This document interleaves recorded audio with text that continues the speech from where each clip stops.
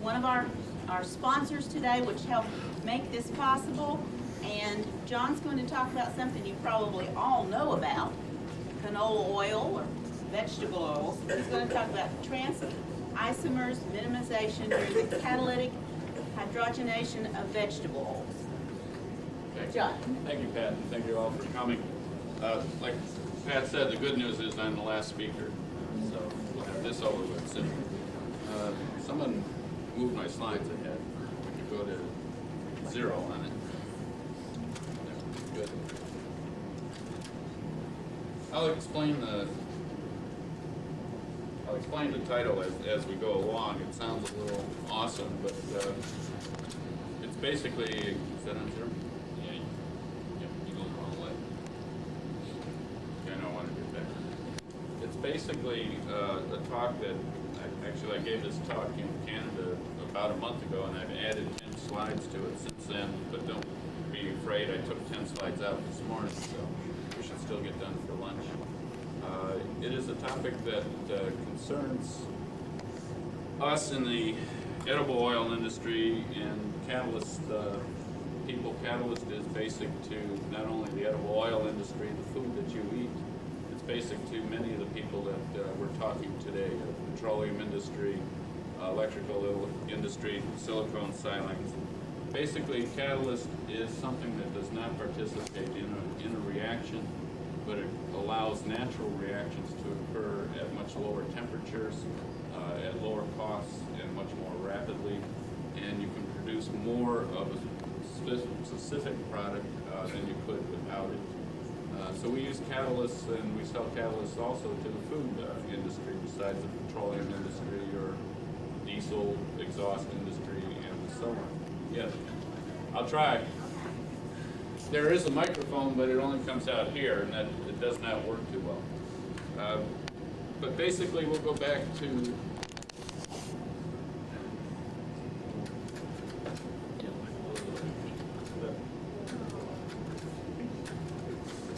this is forward. One more. This is a slide that shows the dietary fats and oils that you consume in your normal diet, and they're, I think it'd probably show up better if we kill the light.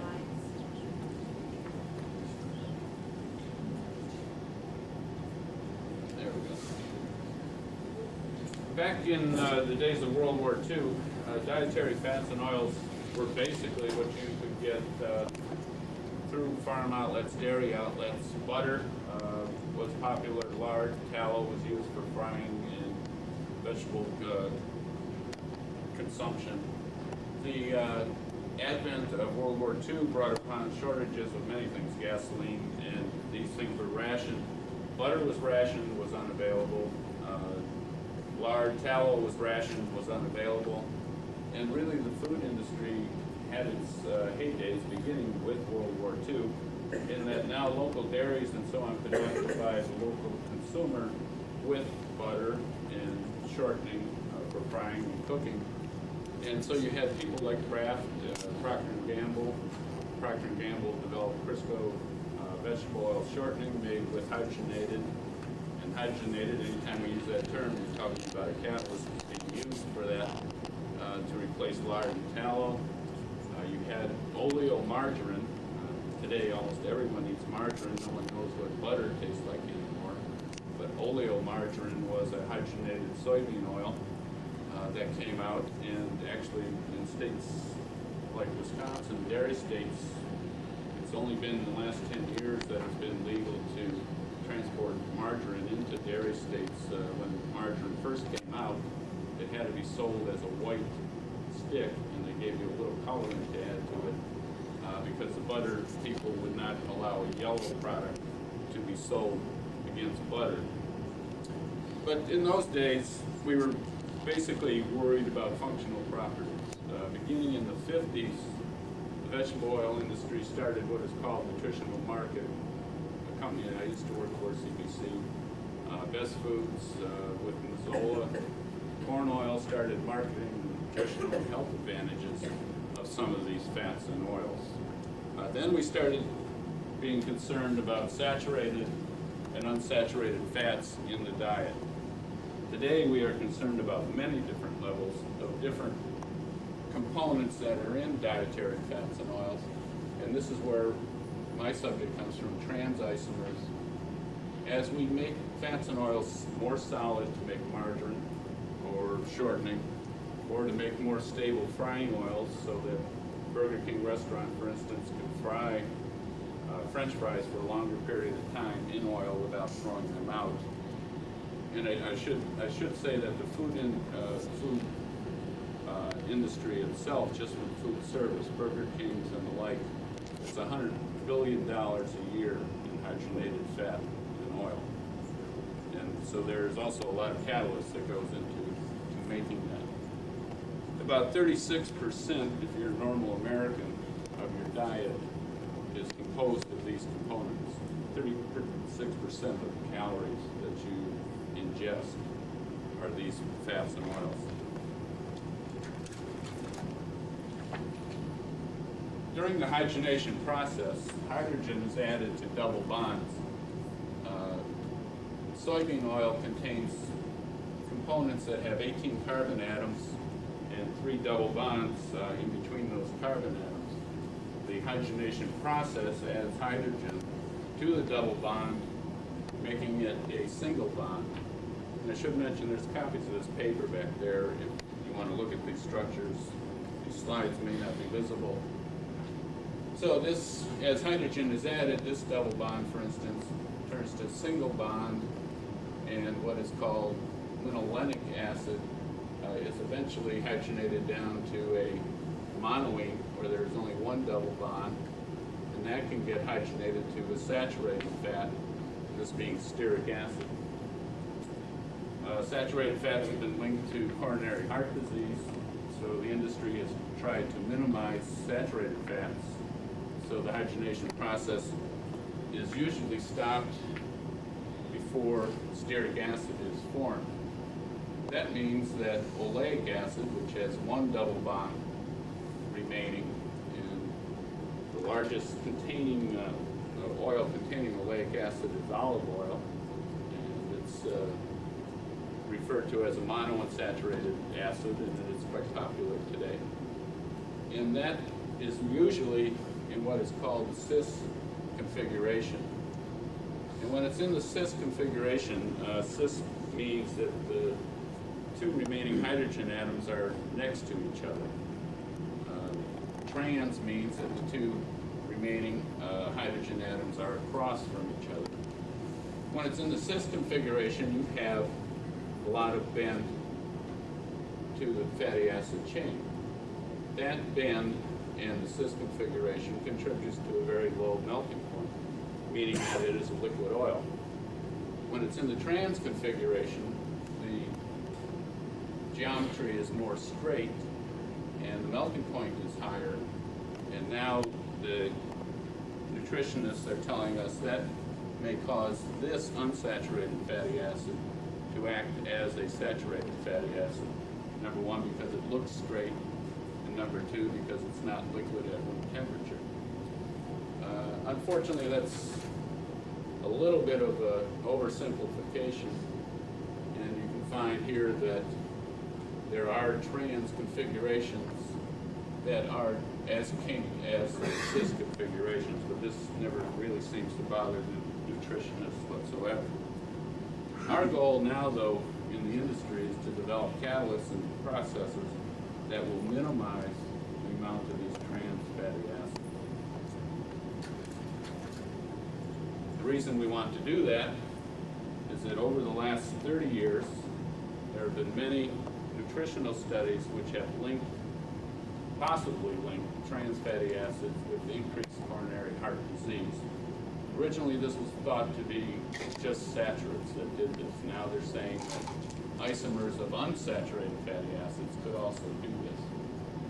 There are many, many studies that have been done. The most recent was Judd, and Judd is out of Beltsville, Maryland, National Institutes of Health, and you may have seen him on CNN earlier this spring when he published his latest findings. The most critical one was in 1990, which was Mensic and Catan.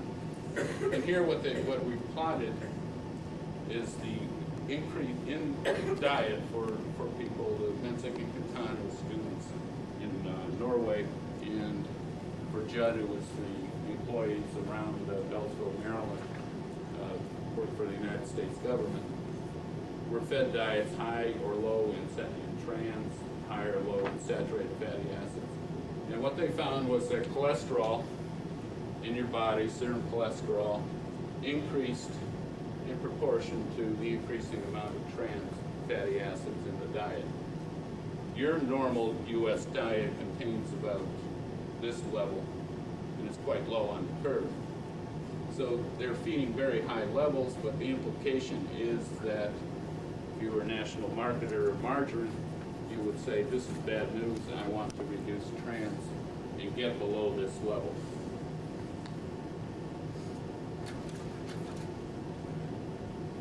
Unfortunately, the catalysts that have been used in the recent past have been catalysts that have gotten very, very selective. They produce almost the same end products, very good for national marketers because the products that you end up buying are very consistent, very high quality. But you don't get much variation in trans, although you change the temperatures of the reaction, you change the catalyst concentration, you change the pressures, you more or less come out with about the same amount of trans, which would force the industry to go to another process other than the hydrogenation process that we use today. Also, the catalysts that have existed so far do not have much difference in melting characteristics. The melting point of a fat is very important. If you want a liquid oil and you wish to put that liquid oil in the refrigerator, you don't want it to crystallize. If you have margarine or a butter-like product, you don't want it to be too hard when you go to put it on your toast, and you don't want it to be runny or soft as well. So melting point is going to be an important feature. Trans contributes very nicely to the melting point. When you have high trans in your product, it melts at body temperature. That's what chocolate does. And chocolate is referred to as a hard butter, meaning that it is hard below body temperature and melts at body temperature, melts in your mouth, not in your hand. So trans is actually a good component from a functional standpoint. If we want to affect trans, we'd like to be able to find conditions and catalysts that would allow us to cause the most change. Temperature, unfortunately, this is the rate of reaction, does not seem to affect the rate of the reaction as much. This is probably good news because we think that we want to be operating at lower temperatures to reduce trans. But we do find that pressure of the reaction causes a considerable increase in the rate, and we can produce something about 10 times faster than if we had increased the temperature.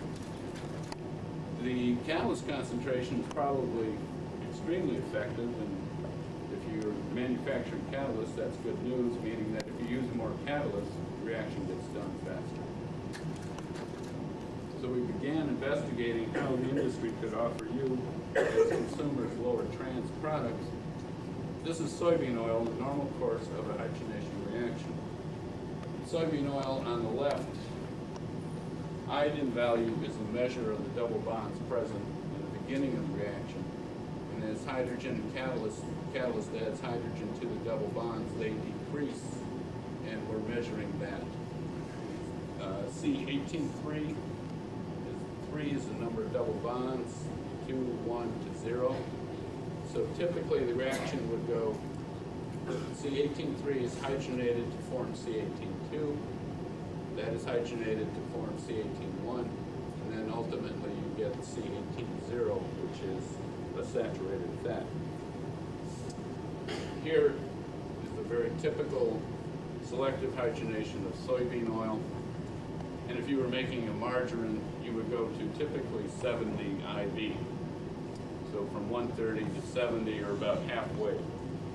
And what happens is 18.3 is reduced to 0. 18.2 ultimately comes down to less than 3%. And 18.1, the oleic that we want, is maximized to around 80% soybean oil. New catalysts that we're developing to address the trans controversy have a very similar selectivity properties in that 18.3 goes to 18.2, 18.2 then goes to 18.1, and you can still form 80% oleic acid in the product. In canola oil, canola starts off with much more oleic acid, and you might remember the popcorn in the movie theaters. Within the last several months, people have told you don't eat tropical fats, and they're using that to make popcorn. Those are saturated fats. Canola oil is mostly monounsaturated, very close to what olive oil is, and it's a Canadian product. And when we take existing catalysts, we can make just as selective or even more selective a reaction with canola oil than we can with soybean oil. And olive oil is typically 80% or greater in oleic acid. We can make canola oil look almost the same way. With our new catalyst, we can do the same thing with canola oil, but the trans isomers here, just by changing catalyst, we reduce trans from 45% down to 35%. U.S. labeling regulations do not allow for too much declaration unless you have a 33 1/3% reduction. So anything we do, or anything that you will see in the future, there's no reason for these marketers to reduce it unless they can also take advantage of it from the labeling standpoint. So we're hoping to get reductions greater than 33 1/3%. That would allow for reduced trans margin. We took that kind of information from Pat McLaughlin, the co-author. He's done all these tests and he's nailed down the back of the room. If we take his results and plot reaction temperature versus the trans that we've got at some point in the reaction, what we find is the reactions run at the lower temperatures have the lower amount of trans. And if we predict a region that we want to work in, we say, well, we could get below 10% trans if we were running at temperatures of 200 degrees Fahrenheit or less. That's a very low temperature, considering the fact that most are run around 400 degrees Fahrenheit. We also find that catalyst concentration has an effect as well as pressure. We do find, too, that we form more saturated component at lower temperature than we do at high temperature, so there is some trade-off. Pat began an investigation to find a lower region, and basically all I'm showing you here is normal trans for soybean oil we'll consider to be 45% at a 70 IB. The solids, which is a measure of how quickly this melts in your mouth and how firm it is before it reaches body temperature, it has a lot of solids at low temperature, 10 degrees Celsius, but melts very quickly at around 35 degrees Celsius or when it enters the body. When we look at our new catalyst, we find that under the same typical conditions, we could go from 45% trans down to the region of about 25% trans with very little change, just changing the catalyst. That qualifies as 40% reduced trans margarine if you're wishing to sell that. And unfortunately, we still have a very rapid melting product, but we only have about half the temperatures, the solids at low temperature did before. So this is more like a tub margarine than it would be like a stick margarine that you got. We can go even farther and produce a 50% reduced trans soybean oil by running at a lower temperature. Now we're running at 170 degrees Fahrenheit. And we lost even more solids at the lower end. What I've done is try to summarize the impact for a liquid oil, such as a frying oil that you might buy or a salad oil. You wish to have a lot of polyunsaturates and monounsaturates and very few saturates. We see that as we reduce trans from the normal process to a 50% reduction, we've increased the saturates in that product. We've decreased the monounsaturates, the oleic, and we have more polyunsaturates, 18.2 and 18.3. This may or may not be good. It's up to people like Kraft or others to discuss that issue. The solids, the amount of solid material at low temperature in a normal trans is quite high.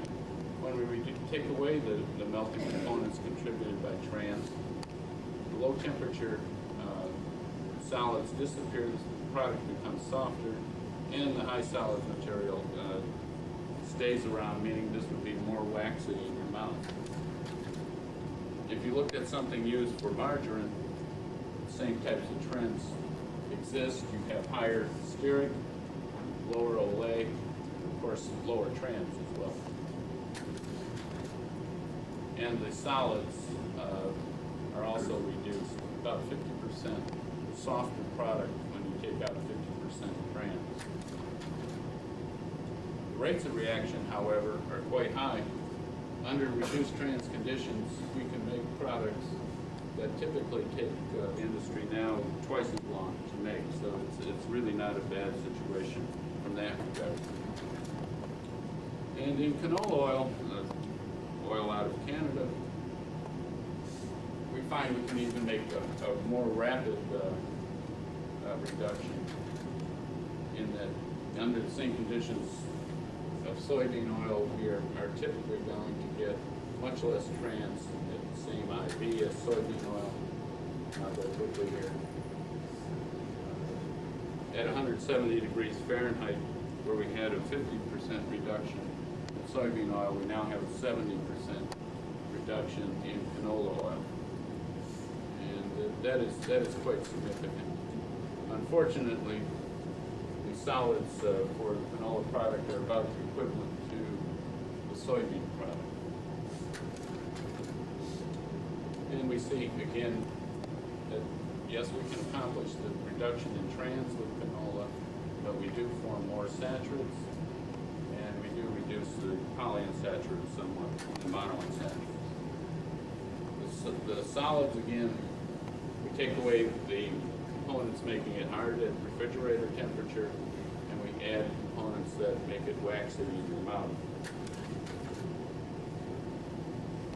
And this, again, for a 60 IV canola oil, we see the same type of trend that we saw in soybean oil as far as fatty acid composition. We are not as good at, we do form perhaps less stearic acid, which is good, but we don't have very much retention of oleic acid. And we have, again, decreased the trans load. And for a margarine product, this means margarine products with reduced trans are going to be twice as soft as margarine products typically produce. That's it. Thank you.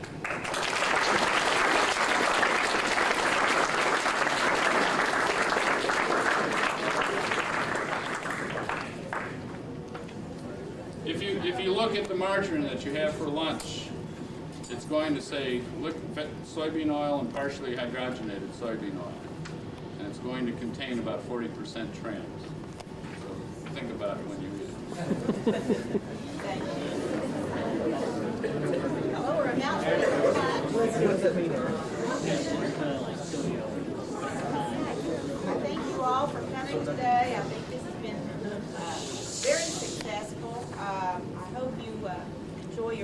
speech, and I hope you'll take an opportunity to talk to the speakers, and if you're interested in a career in science, ask them about that. Get some information. Use this opportunity. We also have a couple of awards we'd like to make. The sponsors have been very generous and also helping us get some funds to help support some graduate students who've come today. And our first one is by Super America, which is for Annette Brenner.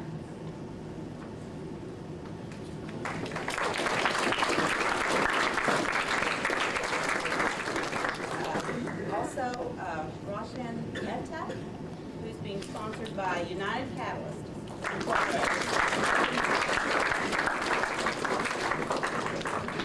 Do we have a Renfro here? Do we have a Jenny Hendrick here? Okay, well, I guess that's all. Well, thank you very much. I need to see the representatives in the back to give you the vouchers. Thank you. Okay. It'll beep. Okay. And so now it should say record up there. It does? Watch programs at Levi Jackson. He's a native of Indiana, but he does have ties to Kentucky. His father from Bradfordsville, Kentucky. His education is A.B. degree in chemistry, Indiana University, and Ph.D. in 1978 from the University of Tennessee, in chemistry specializing in inorganic chemistry. Dr. Tungate has been an industrial researcher since receiving his doctorate. Since 1977, he's worked exclusively in the area of catalyst and adsorbent research, development, and commercialization. Dr. Tungate holds 6 patents and has authored a number of publications. He's exceptionally effective in interacting with technical personnel and client companies. His contributions in research and in working with clients has contributed significantly to the major expansion of existing product lines and the construction of new plant facilities. His work has broad applications, including the edible oil hydrogenation to produce salad oils, frying oils, confectionery products, etc. He invented the G95 catalyst, which has been the industry standard for 14 years. Additionally, he has worked with the highly advanced technology of zeolites. Fred is a member of a number of professional organizations. He's been a part-time lecturer at the University of Louisville, teaching a graduate course in zeolite chemistry. He's been a lecturer at the Mexican Institution of Petroleum International. He's an excellent example of an industrial scientist at work, keeping abreast of the latest technology in his chosen field of catalysis, and while also participating in programs to promote scientific interest in society and his community. He's now the director at large of the Catalyst Society and has served on numerous capacities in the Tri-State Catalyst Club.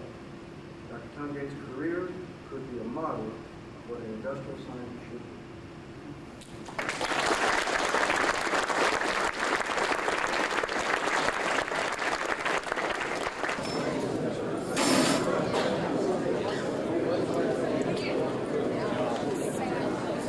Otherwise, you can't replace it.